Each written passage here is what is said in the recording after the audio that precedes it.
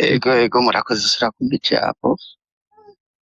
Kuri ibi rero ingaruka mbi z'intwaro mbi, intwaro nibaza ko nayo ubwayo imaze gutahura uko ihagaze. Hanyuma ibi navyo vyo gutuma abarundi batizerana ni nk'inyungu kuri bo. Ni nk'inyungu kuri bo. Baba abatwara bahisemwo kugira intwaro mbi, ubwenge bwabo novuga ko atari ikirengera, n'aba barundi bakoreshwa ubwenge bwabo si ikirenga. Intwaro yo uko imeze ntigerageza yuko ata murundi yizera uwundi kugira ntibaganire ko ivyabo ngo hashobore kuba impinduka canke babone amatruwa yabo batabonye. Ivyo iyo ntwaro mbi irabiprofita kuko umuntu uwo ari we wese hakwizera mugenzi we ikibazo afise bakiganira hagati yabo, ahubwo araba iyo ikibazo gituruka akaja kwitwara kuri ya ntwaro.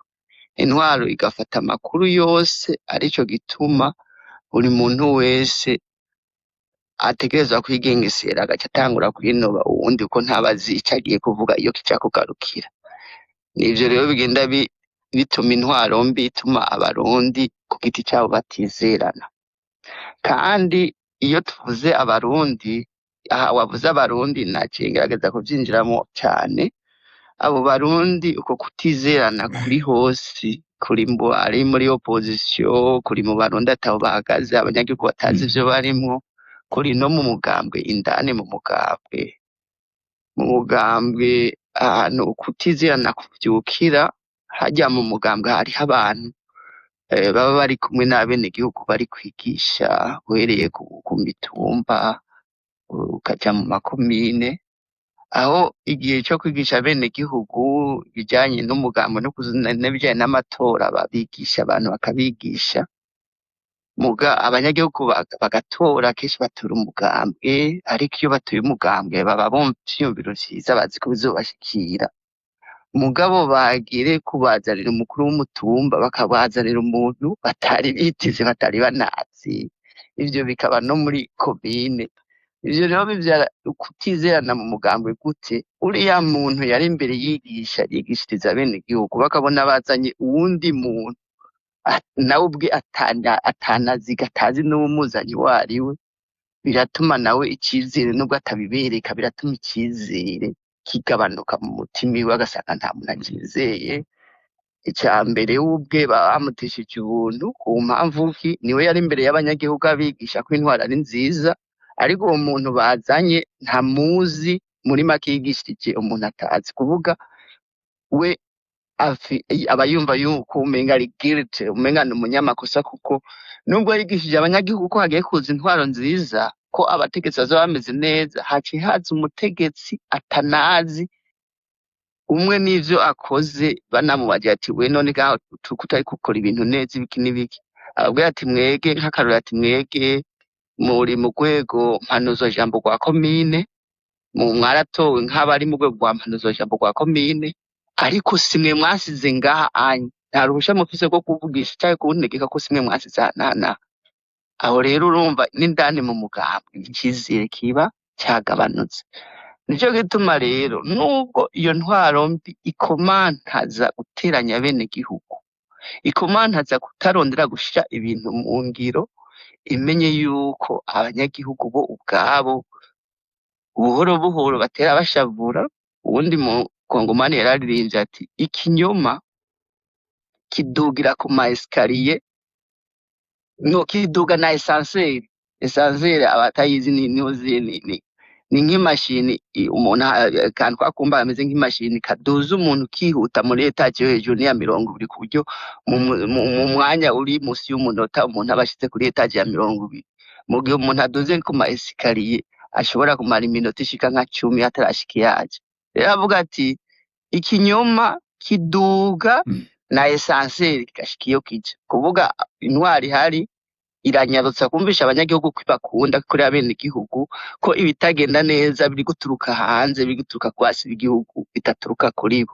Abanyagihugu banyarwa kuvyumviriza, ariko entreta ukuri kuri kuraduka buhoro buhoro kuri twa tu escalier, pole pole guhinyagara aho hantu uzobona uguzi kuri bakubita undi babeshera ukumva abanyagihugu bacamubona kumenga niwe mwasi, ariko amaherezo biteye bitebuke ukuri kuzoteba gushika iyo kuja. Ubu unye abantu ntibakizerana, ariko jewe nshobora kuba mpanganye na mugenzi wanje nkatinya kuvuga nkaceceka kuko ntamwizeye, mugasanga dufise ibibazo bimwe, dufise ivyiyumviro bimwe, ku buryo umunsi umwe hazogira umwe ahaguruka akavuga. Kuko iyo ibintu bimaze kuba umurengera abantu bavuga nk'abiheyahura, hariho stage umuntu ashikako akavuga ati ntaco ncera, kuri ntaco ncera. Rero abarundi uko vyagenda kose hazogera igihe batabagwe, igihe bazogera kuri iyo stage ya ntaco ncera. Nibamara kugera kuri ntaco ncera niho hazoba hageze ko batabagwa. Sino kugira abarundi bagira icizere hagati yabo, kugira ngo ibintu bimere neza mu Burundi butere imbere, nuko guverinoma yategerezwa kuba nziza. Umutegetsi wese akareka gufata ubutegetsi nk'ikintu ciwiwe bwite, akakibona ko ubutegetsi ari inyungu rusange, agakora ku nyungu y'abarundi bose, apana ku nyungu yawe na famiye yiwe gusa. Akumva ko ubutegetsi ari ikintu kiri harya agenda kokipa igihe kiri determine, hanyuma akabishiriza abandi bakabandanya. Ikindi naco agatahura yuko iciza akoze kiba ciza mu butegetsi bwose kuri rusange, ariko ikibi akoze kimujako ku giti ciwe wenyene.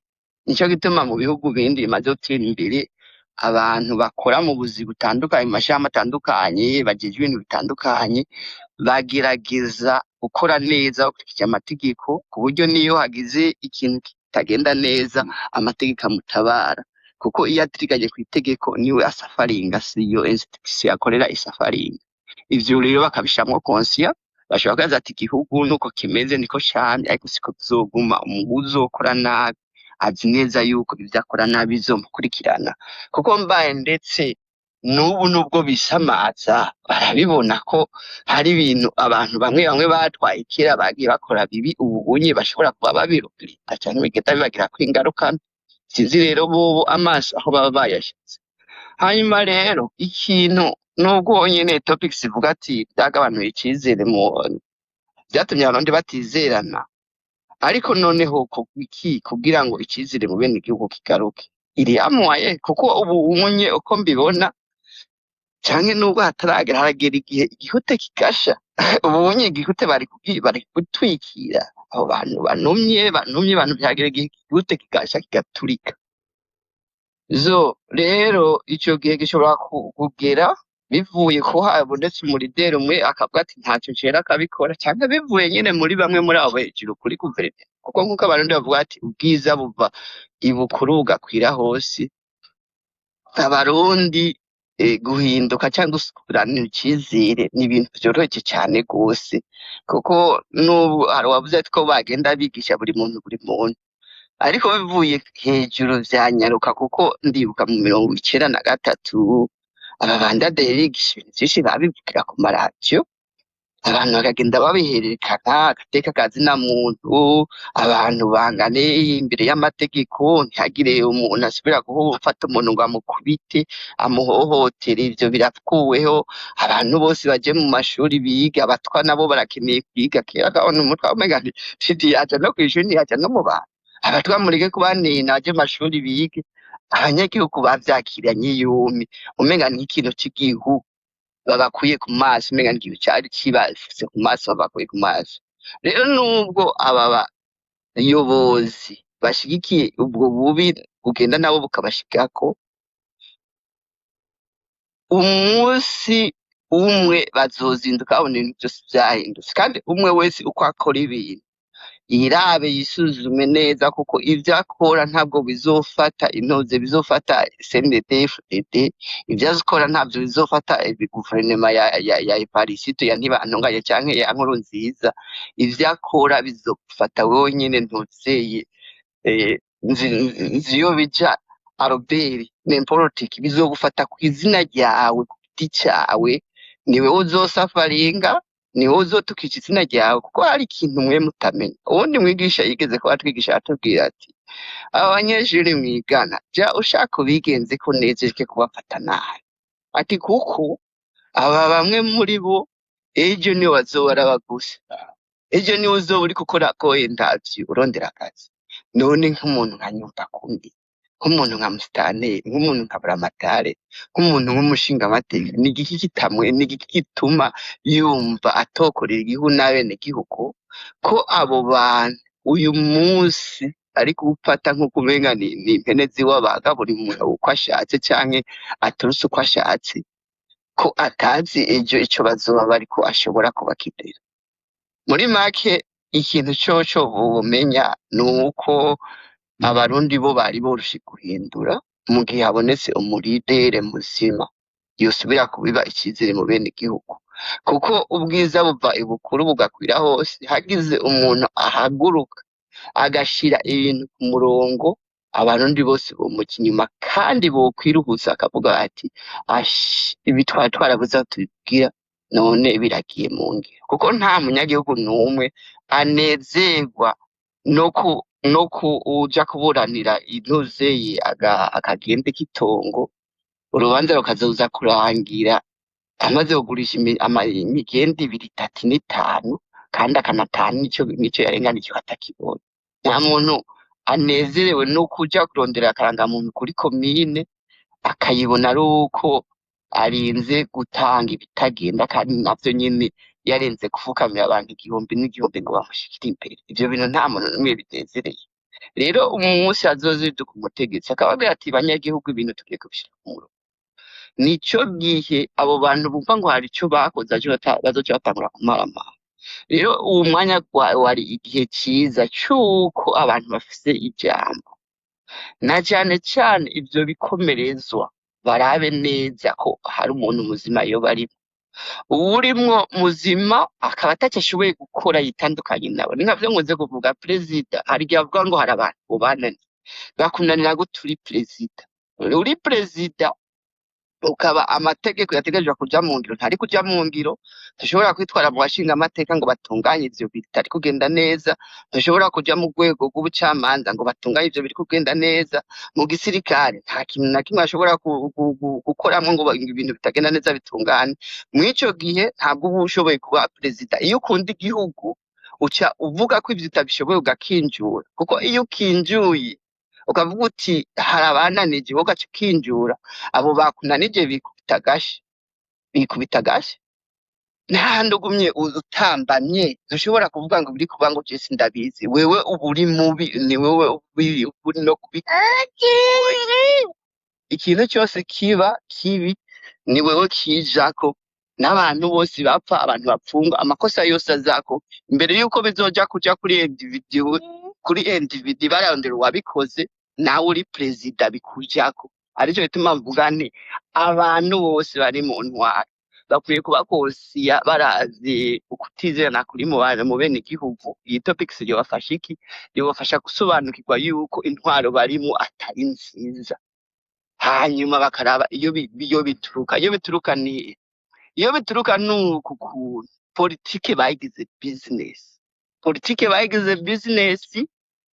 Aba bagwizatunga bamwe bamwe usanga ubwo butunzi bwabo bwamuka muri politike, kubona amasoko, ku kimenyane, kugara inyungu z'abandi, akavuga ati ubunye nta ikintu tugihaye ku nyungu zabo gusa, bakibera Musitanteri azaba naka wo guproteja ubutunzi bwabo. Arico gituma uzokumva inama mpanuzwajambo ya komine abanyagihugu bamaze gutora hakaboneka inama mpanuzwajambo ya komine bashobora kubazanira umusitanteri batazi yaje apfumbutse kandi akaba ntawe ushobora kuvuga.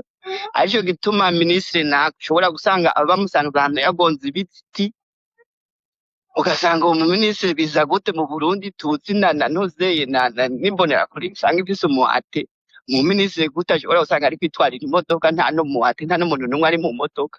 Ivyo perezida akumva ntaco bimubwiye kandi ntazi ko ico ari icaha gikomeye kizomugwako, bakibera muri ivyo gusa. Rero ikintu je mvuga nuko abantu bari mu ntwaro bakunze kuvuga ngo bose si babi, ubuzi ko atari mubi ntakinjura avemwo mu gihe atajambo abona afisemwo, guhera kuri perezida. Nuko perezida abona ko atari mubi akabona nta jambo afisemwo, ntashoboye kugira ibintu neza, ntakinjura domisiyone, ariko ubushoboye kubikora abikore, canke niba atabikora bireke kumuja ku ruhande rwiwe. Nuko je ivyo nivyo nabona vyoba mu gihugu. Nayo kuba abanyagihugu batizerana, ntibizerana ko batazina, ariko harya bafise ibintu vyinshi bahuriyeko. Ni nka kurya muba muri mu cumba kirimwo umwijima, ntushobora kumenya abantu bariyo uko bangana, ariko iyo buguriye mu gasoko uca utangura koza wewe naka niyo waruzi. Burya ni nuko ubu mu Burundi bimeze, abantu bari mu migambwe yose itandukanye. Ubu ikibazo ntigihagaze ku migambwe, ntigihagaze ku moko. Hari abantu benshi, abahutu n'abatutsi, ariko sinkunze kubavuga ko cyane ko ubu barahejeje cyane birenze urugero, bariyakiriye. Hari abahutu n'abatutsi bari mu migambwe yose n'abari muri CNDD-FDD bacecetse, ariko bahuje ibibazo kandi ibintu byose babona kumwe. Umunsi hazogira umuntu abugururira akabakura muri uwo mwije, muzotangara. Ndababwije ukuri, mukomere, umunsi mwiza. Urakoze cyane. Uwo muntu abantu bese baramwiteze. Nabonye Rosetta Nkebura ari hano, barakwiteze, urumva ko uja kubabohora. Okay, ndashimye iyi ntuze ya definisiyo ya asansere. Ibijumbura baravuze ko barose ngo etaje ya ishika 10, bagiye kuyiserebratinga nivo 10 za etaje. Ni hatari. Sinzi umuntu kuvuga ko ari muri Taiwan. Umuntu Taiwan afise etaje, bafise inzu yitwa Taipei 101, ifise ntabwo biboneye tuko turavuga, ifise etaje 110 donc 101 ifise asansere, ugiyemo uraba dizi, urazunguruka mu ko genda kilometero bishika nka 60 kw'isaha. Iteye ubwoba cyane.